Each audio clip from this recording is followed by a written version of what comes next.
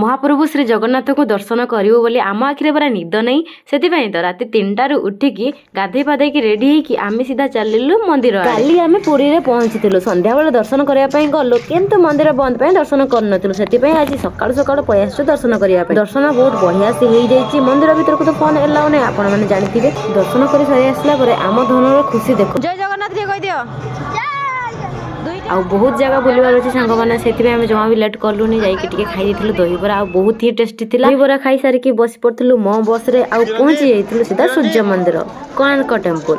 ये बहुत सारा फोटो वीडियो कलु आ बहुत सारा एंजॉय कलु पुणी मो बस रे बसिक रिटर्न कलु। आ महाशय को देखु ये आम भाई छुआ मैंने मामू पुओ भाई आ बहुत बहुत धन्यवाद आम पुरी ट्रिपटा सक्सेस होने रूम को पहुंची सीधा पड़े बीच को पूरी बीच को आसी पुणी गाधे यहाँ केमती संभव बहुत जगह बुली चलिकी गोड़ हाथ पूरा देह बथा होता किंतु ये गाधेया पर आम सब बथा ही छाड़ी जाता आ थरी थरिका सीधा पड़े रूम। तो आज नेक्स्ट ब्लॉग देखा जमारे भूलिए। जय जगन्नाथ।